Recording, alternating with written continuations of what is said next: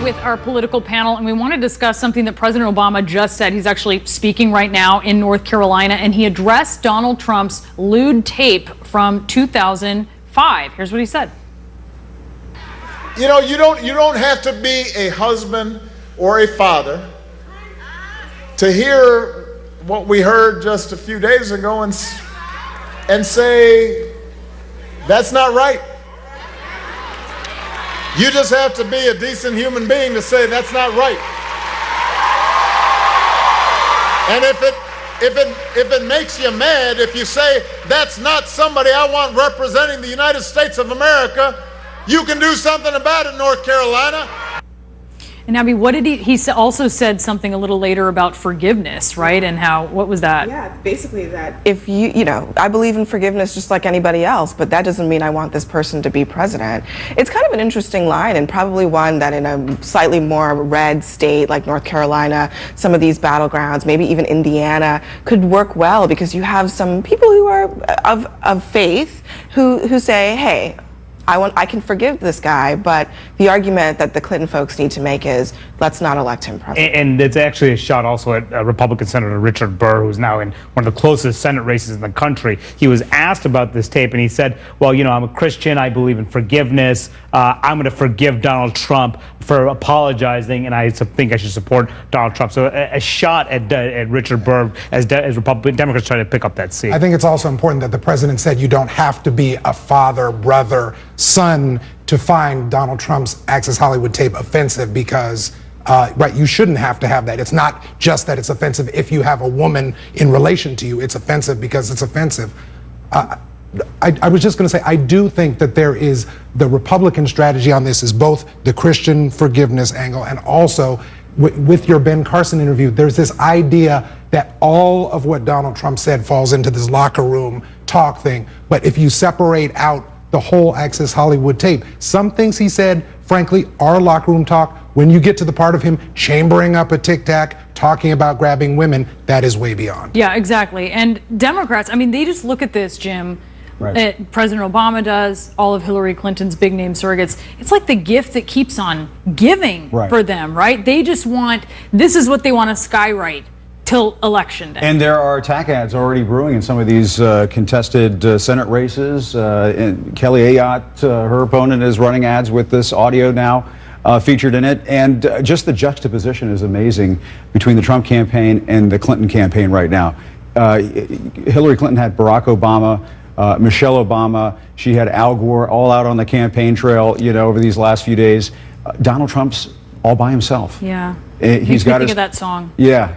And you could sing it. They're probably singing it right now at Trump Tower. That is where they are right now. If this were not the big focus, this tape, the big focus might be these WikiLeaks emails that have been published. John Podesta's emails, hacked and published by WikiLeaks.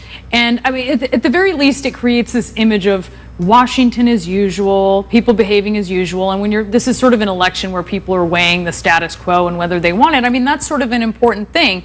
Here's my question to you. Is the Clinton campaign kind of raises questions about the veracity of the email? Is that really the best strategy for them instead of confronting some of these emails? It's maybe the only strategy they have left, because the emails are pretty clear.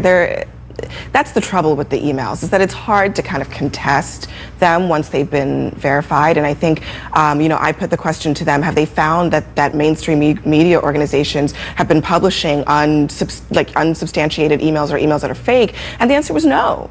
So most of the stuff that's out there is real, and it's easy for people to understand what's going on. And so the only strategy left is to not only raise questions, just have those questions appear, but also raise the specter of Russia that I know you were just talking to the congressman about. That's such a big deal in this world right now, because it kind of pivots the attention back to Trump, and that's really critical. Do you think the campaign's really worried about these emails, or do they just feel like it's this drip, drip, drip that they have to deal with? I guess, are they sort of quaking in their boots that there could be something really big and bad coming out, or do they just think this is something they have to deal with? I don't think they're quaking in their boots. It's something they have to deal with. They've been dealing with it for a year. They're going to continue to deal with it. But if Clinton wins the election, they will continue to deal with this past the election, I think. Republicans are not going to let this go. Yeah. I mean, that's the frustrating thing for Republicans, too, because they see so much ammunition against Hillary Clinton right now. But Donald Trump is just not using things that could be used very effectively against Hillary Clinton. If he just hits stuck on messages about the email, Benghazi, the Clinton Foundation, you name it, those are things that unite Republicans and they can go after Democrats on. But clearly, Donald Trump keeps starting these fights with his own Republicans party. just want to talk about change, and they could use these emails too, and maybe to some effect.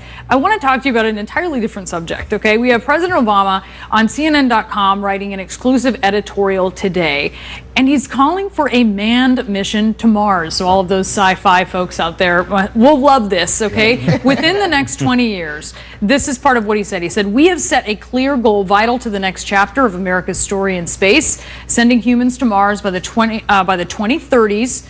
The 2030s, and returning them safely to Earth with the ultimate ambition to one day remain there for an extended time. Getting to Mars will require continued cooperation between government and private innovators, and we're already well on the way. I mean, this is as he's going out the door, he's saying this. What's up with this? Yeah, he has been accused of being Spock-like at times, so perhaps this is in keeping with that. I think it's fascinating because it shows you where the space program is going. It is going to sort of this public-private sort of partnership. It's not going to be just NASA going by itself to Mars. They're saying these private companies like Elon Musk's company and SpaceX and so forth, they're going to be the ones that are going to be working with NASA to do this. But I am surprised that the president did not work in a reference to the movie The Martian with this call, because Donald Trump is sort of on a planet all by himself at this point, doesn't know how to get off.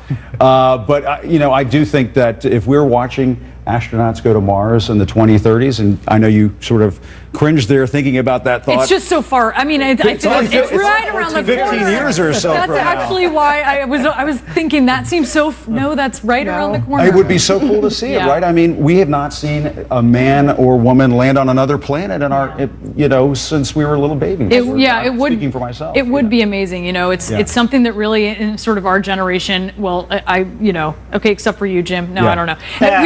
We haven't seen it. Would be pretty fascinating. It would be amazing. All right, you guys, thanks so much, Abby, Jim, Manu, and David. Really appreciate it. Just ahead, the death toll. It is rising in North Carolina. Very serious situation. There's flooding. There's still very dangerous conditions there after Hurricane Matthew. We're also going to look at one of Donald Trump's latest attacks on Hillary Clinton and the connection to Russia.